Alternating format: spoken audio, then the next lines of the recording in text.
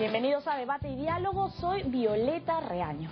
El día de hoy conversaremos en el programa sobre la salud de las adolescentes, sobre el embarazo adolescente y sobre quién debe hacerse cargo finalmente de el tema de anticoncepción o el tema de salud sexual y reproductiva de los y de las adolescentes. ¿Usted qué opina? Los mayores de 14 años deben de tener acceso a servicios de salud sexual y reproductiva. Escríbanos a @DID7.3 con el hashtag Debate y Diálogo. Bienvenidos. Contamos hoy con dos especialistas, Liurka Otsuka y Paul Ramos.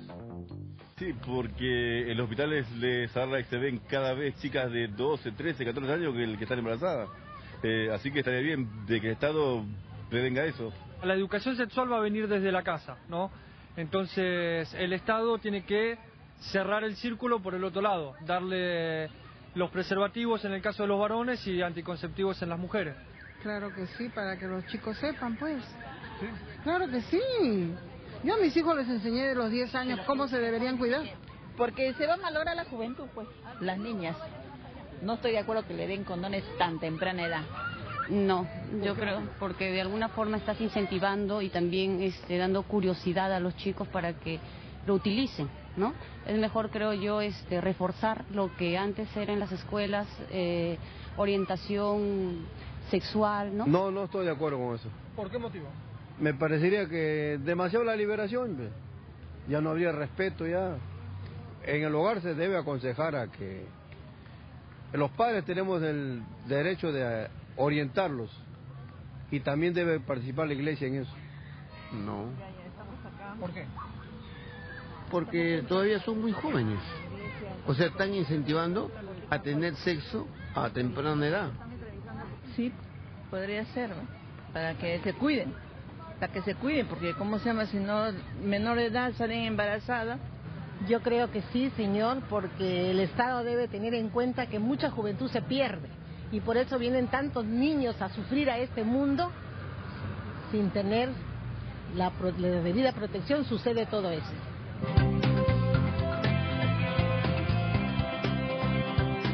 Bienvenidos a Debate y Diálogo. El día de hoy tenemos a Liurka Otsuka, abogada de Pronsex, y también a Paul Ramos.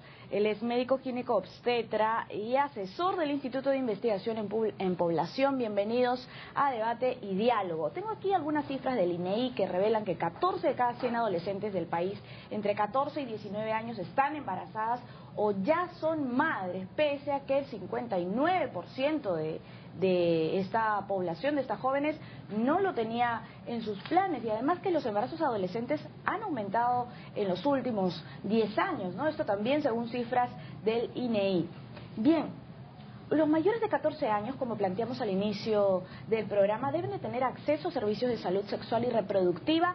¿Qué entendemos por servicios de salud sexual y reproductiva? Vamos a empezar con Liurka Otsuka. Ok, gracias por la invitación. Pronsex tiene una postura para promover, para que se pueda desarrollar los derechos sexuales y reproductivos de toda la población. Específicamente en adolescentes, está de acuerdo a todo el proceso que se ha venido realizando a nivel internacional y nacional sobre dando derechos y específicamente derechos humanos y derechos reproductivos.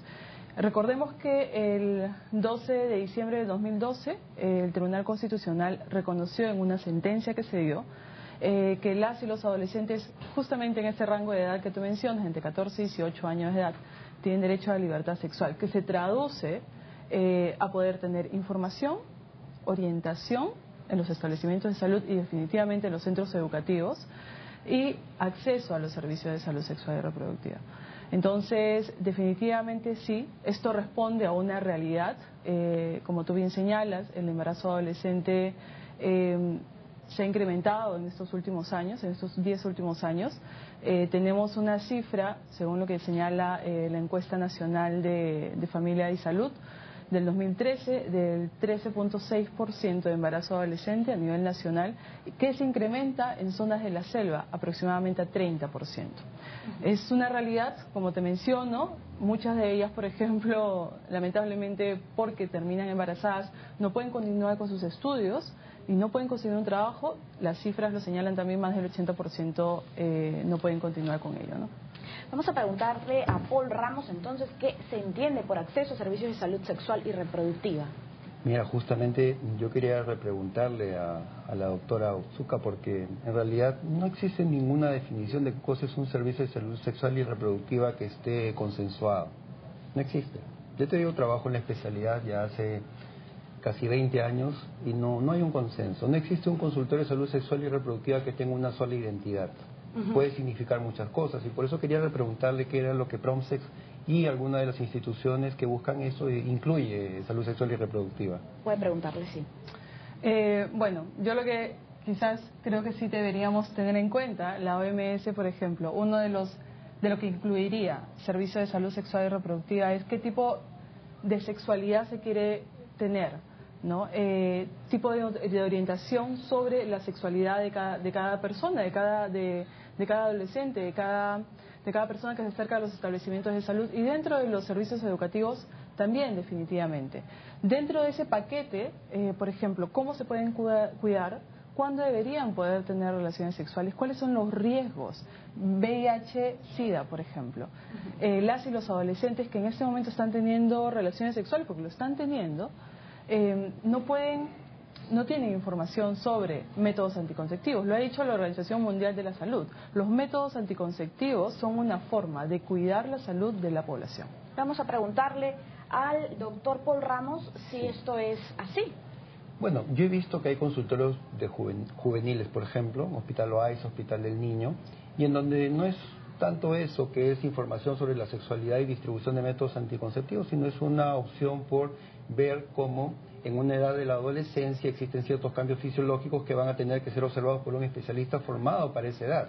Doctor Paul Ramos, claro entonces, ¿usted no cree que entregar métodos anticonceptivos, llámese preservativos, también para evitar enfermedades de transmisión sexual, puedan ser la solución a los embarazos adolescentes?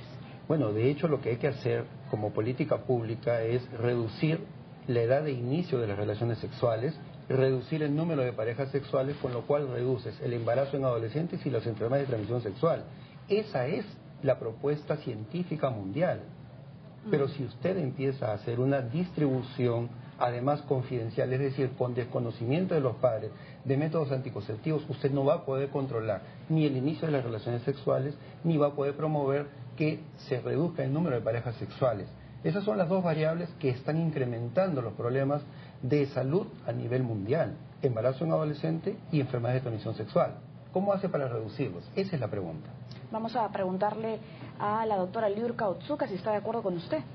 Bueno, él ha señalado que para poder reducir el embarazo adolescente, definitivamente creo que es una opinión, pero creo que sí es una perspectiva que puede ser un poco limitada, pensar que solamente los métodos anticonceptivos van a ser la solución al embarazo adolescente y las consecuencias que puede tener eso, y sobre todo, por ejemplo, enfermedades de transmisión sexual. O sea, eso es una realidad en nuestro país. Yo lo que creo es que esto debería estar acompañado. Usted habló muy bien sobre las políticas públicas. El Estado peruano tiene dos políticas públicas que tienen que ver con embarazo adolescente: el Plan Nacional de Acción por la Infancia y la Adolescencia y el Plan Multisectorial de Prevención del Embarazo. Hablan sobre la reducción del embarazo adolescente en nuestro país del 20%. Y definitivamente habla del retraso del inicio sexual. ¿Okay? Que eso tiene que ver, que eso no es una premisa que por solo enunciarla va a suceder. Es una premisa que se tienen que tomar acciones para que se puedan hacer. En ese sentido, métodos anticonceptivos es una forma, ¿okay? Pero no se puede repartir métodos anticonceptivos sin información, sin orientación. No se puede pensar ello dentro de los establecimientos de salud sin una política que esté dentro de los centros educativos.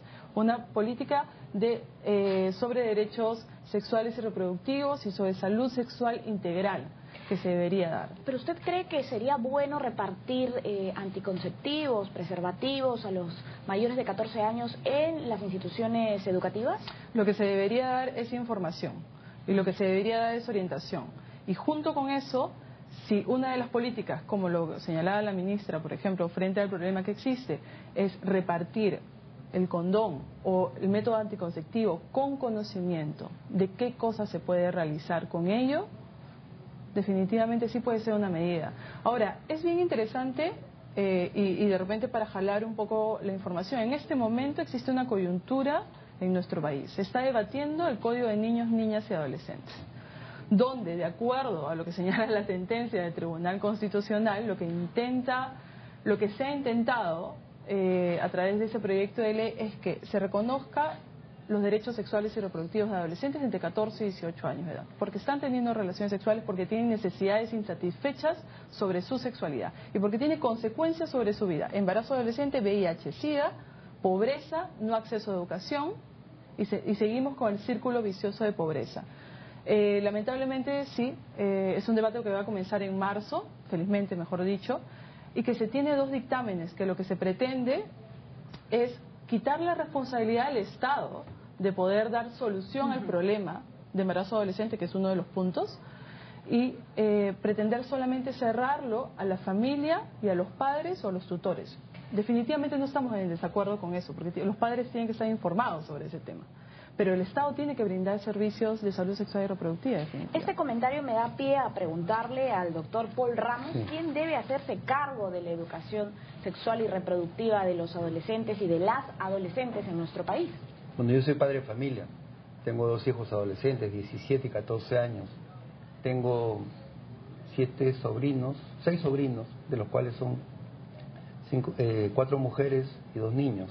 Me encanta jugar con ellos, me encanta conversar con ellos, como la mayoría de padres y madres de todo el país, y que queremos tener una llegada directa con ellos, queremos estar contentos para luego, al momento de la adolescencia, darle los consejos que a nosotros nos han servido. Cualquier cosa que te cierre esa posibilidad para mí es mala. Y una modificación del Código de Niños y Adolescentes dice lo siguiente: que sea un servicio de salud sexual y reproductiva, léase algo no definido, que además sea confidencial, significa que el papá no sepa lo que su hijo está recibiendo como información y como disponibilidad de métodos. ¿Eso es lo que queremos? Definitivamente no. Ahora, si usted me vuelve a hacer la pregunta, ¿estoy de acuerdo con la repartición de preservativos y anticonceptivos? No, por esa razón. ¿Por qué? Porque lo van a hacer de forma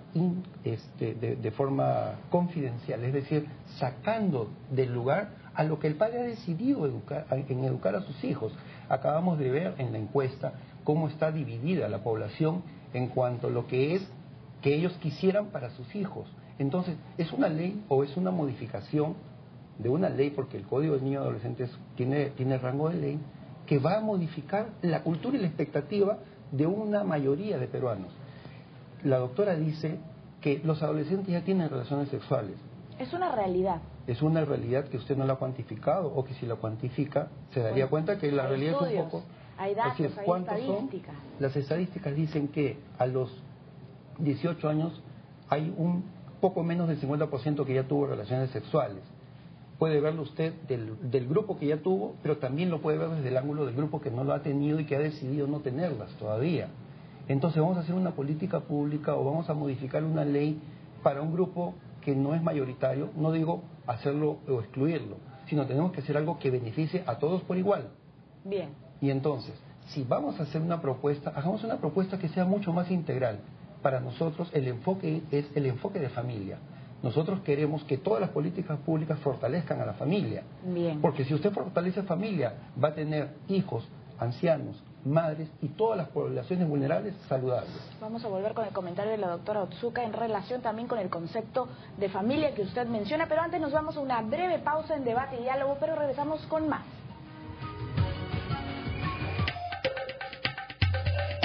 En el Perú, desde hace 20 años, el alto porcentaje de embarazos en adolescentes no ha variado. Según las estadísticas del INI, en el 2013, el 13.9% de las adolescentes está embarazada o ya tenía al menos un hijo, pese a que el 59% de ellas no lo tenían en sus planes.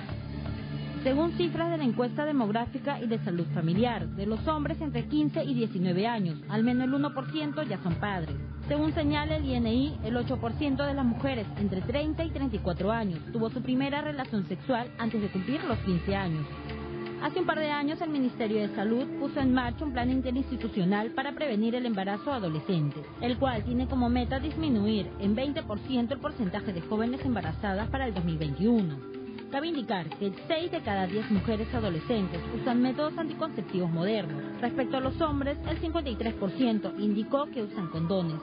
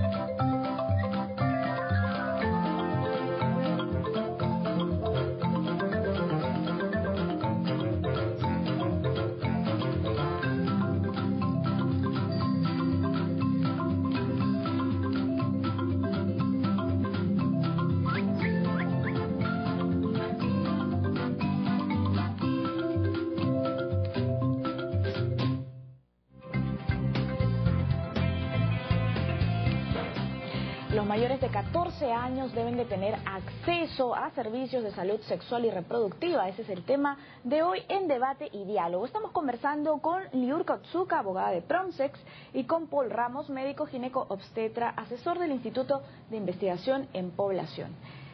Antes de la pausa estuvimos discutiendo sobre varios temas.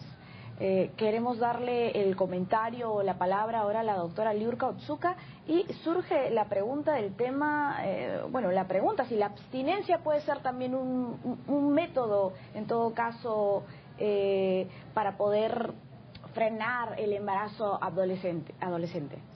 Quizás eso debería contestarle al doctor Ramos, si es que la abstinencia es parte de un método anticonceptivo, ¿no? Yo lo que creo es que es una forma de evitar un embarazo definitivamente, ¿no? Que es una forma que tiene que ser decidida y que tiene que ser como parte de la libertad de autonomía de cada persona, ¿no? Es bien interesante yo quiero retomar lo que señalaba el doctor Ramos, que dentro de su discurso decía, por ejemplo, no podemos legislar, debemos legislar en base a mayorías, una cosa así, no podemos legislar en base a minorías. Y yo sí quiero señalar que no estamos hablando de una cuestión de mayorías, minorías. Creo que ahorita sería impensable decir que blancos y negros tienen diferentes derechos o que personas lesbianas frente a personas heterosexuales tienen diferentes derechos. No estamos hablando de derechos, y los derechos sexuales y reproductivos están reconocidos. Es la libertad de poder elegir cuándo tener relaciones sexuales, con la información necesaria y con la orientación. Es poder decidir cuándo tener un hijo o hija, cuándo no tenerlo, cuál es el esparcimiento de uno y otro. Eso está reconocido a nivel internacional. Nosotros a lo que apuntamos y lo que creo que la modificación del Código de Niños, Niñas y Adolescentes debería ser la siguiente, ¿no? El Estado debería brindar los servicios de salud sexual y reproductiva, y quizás sí debería hacer un esfuerzo por ser un poco más expedito sobre eso, que creo que una reunión de médicos se podría tener resultados efectivos sobre ello. La familia debería estar involucrada porque sí creemos que son parte de la socialización de las y los adolescentes. Los centros educativos son parte de la socialización, la publicidad, los medios de comunicación también. La familia definitivamente lo es. Sin embargo, el Estado, por ejemplo, hay niños y niñas en estado de abandono en este momento, que se encuentran en las calles.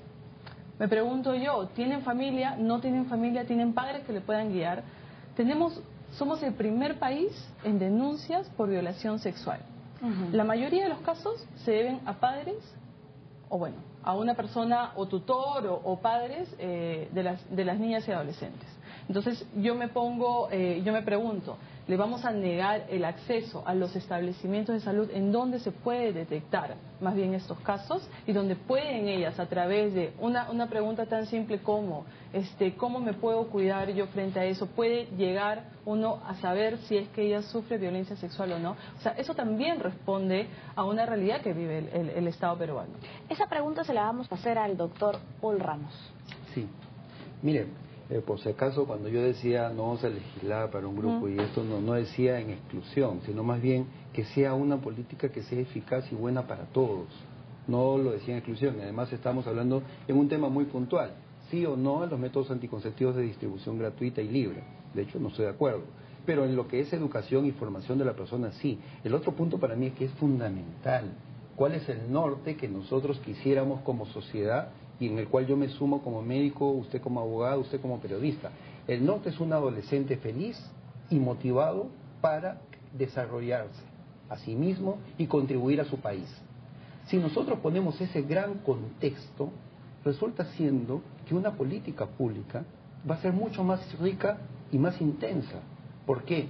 Primero, ¿quién comanda la fuerza? ¿Quién comanda las iniciativas para que el adolescente tenga esa condición de feliz y con capacidad de desarrollo? Es su familia. Es su derecho y es también su obligación. ¿Qué opina de la abstinencia? La abstinencia es un excelente método.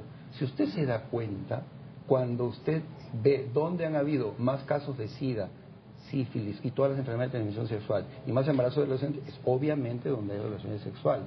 Ahora bien, dentro del contexto del amor y del matrimonio, las relaciones sexuales son un motivo de realización muy grande y muy intenso.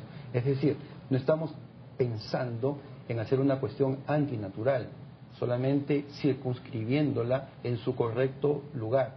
Y le hablaba de una juventud feliz y con capacidad de desarrollo, porque cuando uno habla de joven y solamente ve el aspecto sexual, se saca más de un porcentaje amplio de su realidad, que es la capacidad de educación, de desarrollo de su afectividad, y dentro del desarrollo de su afectividad está en el uso de sus tiempos libres. En el Perú tenemos poca capacidad de darle un uso adecuado al tiempo libre de los jóvenes y adolescentes. Usted sabrá que han habido chicos excelentes golfistas que no podían desarrollar el golf. ¿Por qué? Porque eran niños que vivían en zonas urbanas marginales, en donde no hay cancha de golf. Hay niños que tienen grandes dones y grandes capacidades para la música. Y no me refiero a la música solamente comercial, sino también a la música clásica, que es poco comercial. Pero no tiene acceso a eso. A eso deberían, y tampoco tenemos espacios deportivos que sean ad hoc para adolescentes. Entonces, cuando uno habla de una política general, con el enfoque de familia y con ese norte de un adolescente feliz y con capacidad de desarrollo, estamos hablando de algo mucho más grande y en donde la información y educación sexual es fundamental. Quisiera preguntarle qué entiende por libertad sexual. La verdad es que hay tantas acepciones que para mí... ¿Usted qué entiende por libertad sexual? Mire, para mí libertad sexual es ejercer la sexualidad de forma que yo pueda decidir, según mis valores, mis principios, mis posibilidades, mis recursos.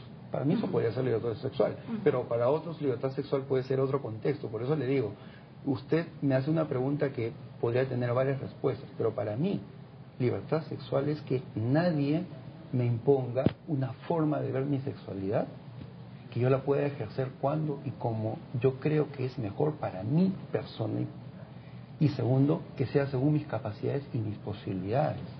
Pero si hay otra persona que dice que libertad sexual es que tenga el goce máximo o tenga el placer que ellos quieran, podría ser que empecemos a distorsionar, porque en tema de placer ya entramos en un tema mucho más difícil de definir. Entonces, discúlpeme que vuelvo al tema, pero no hemos definido y no se ha definido en ningún momento qué cosa es un servicio de salud sexual y reproductiva, pero me gustaría hacerle un alcance. Existen países en donde salud sexual y reproductiva es distribución de anticonceptivos y si estos fallan es acceso al aborto. Y estamos entrando en temas mucho más complejos. Pero creo que no tiene nada que ver sí, tiene que ver, tema del aborto tiene que ver muchísimo. Con el tema... No es un método anticonceptivo, ¿no? Lamentablemente sí tiene que ver. ¿Por qué? Porque los métodos anticonceptivos, como bien saben todos, fallan. Y entonces, en nombre del derecho a la salud sexual y reproductiva, incluiría, en otros países lo incluye, el embarazo no deseado como un problema. Y si el embarazo no deseado es un problema y el método falló, entonces se le tendría que abrir la posibilidad del aborto. Ojo. Con lo cual solo queda la opción de la abstinencia, ¿verdad? No estoy hablando de eso, estoy hablando de la educación sexual integral y de la promoción del uso del tiempo libre, que son estrategias técnicas ampliamente difundidas. No estamos dejando sin propuestas, al contrario, estamos dando muchas propuestas y que son muy buenas en todo nivel. Vamos a escuchar a la doctora Liurka Otsuka, qué es lo que piensa acerca de los comentarios que ha hecho el doctor Ramos. Sí, yo le agradezco por el concepto de libertad sexual. En realidad es un concepto bastante, desde mi punto de vista y desde el derecho, es lo que se entiende.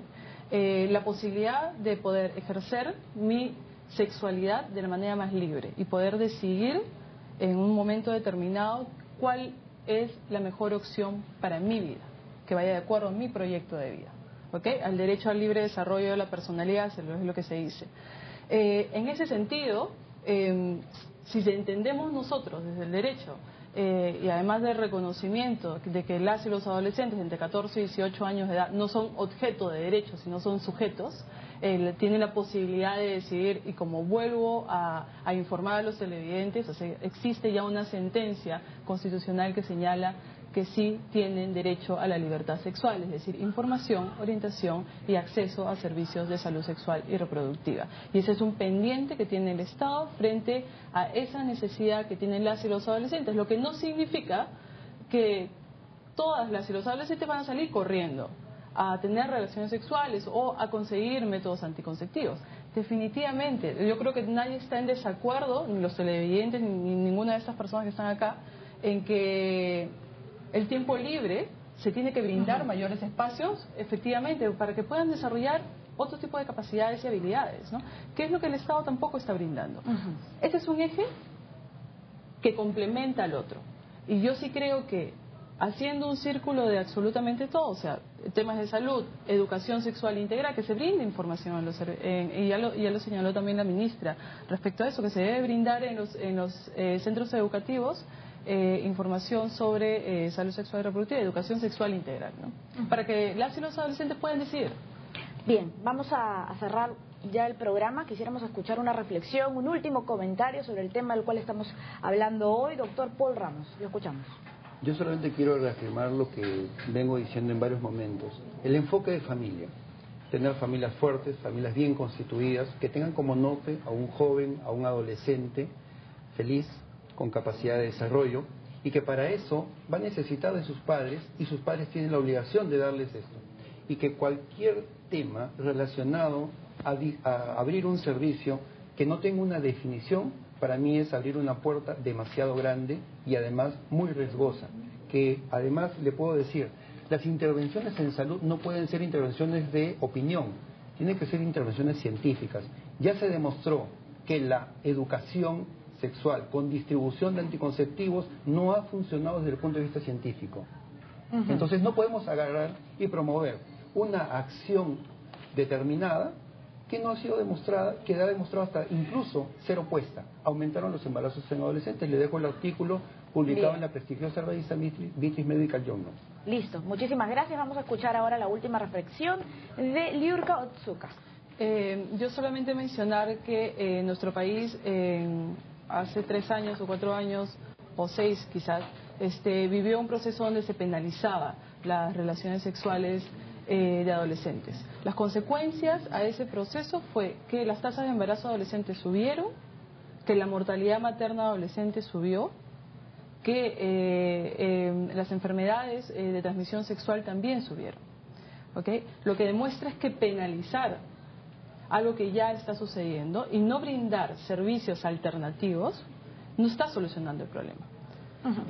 Si entendemos, como digo, como sujetos de derechos a las y los adolescentes entre 14 y 18 años de edad, se le debería brindar, porque es un derecho constitucional, los servicios, la educación sexual integral que le corresponde, y paralelamente a eso, pues brindar otro tipo, tener una política un poco más amplia, ¿no? Para que tengamos estos adolescentes pensantes, con capacidades, con la libertad de decidir sobre su sexualidad y sean, como bien dice el doctor Ramos, felices.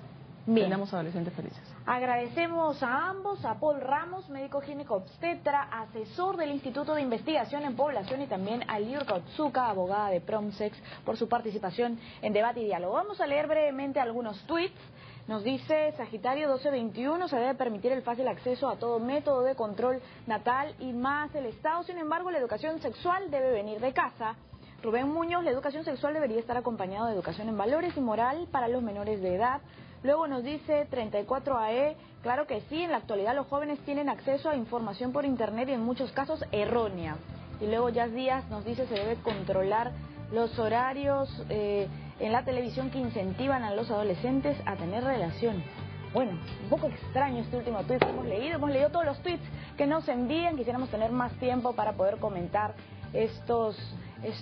lo que nos dicen nuestros tuiteros, pero bueno, no hay tiempo para más. Mañana volvemos con Debate y Diálogo, y recuerde que el debate también es diálogo. Chao.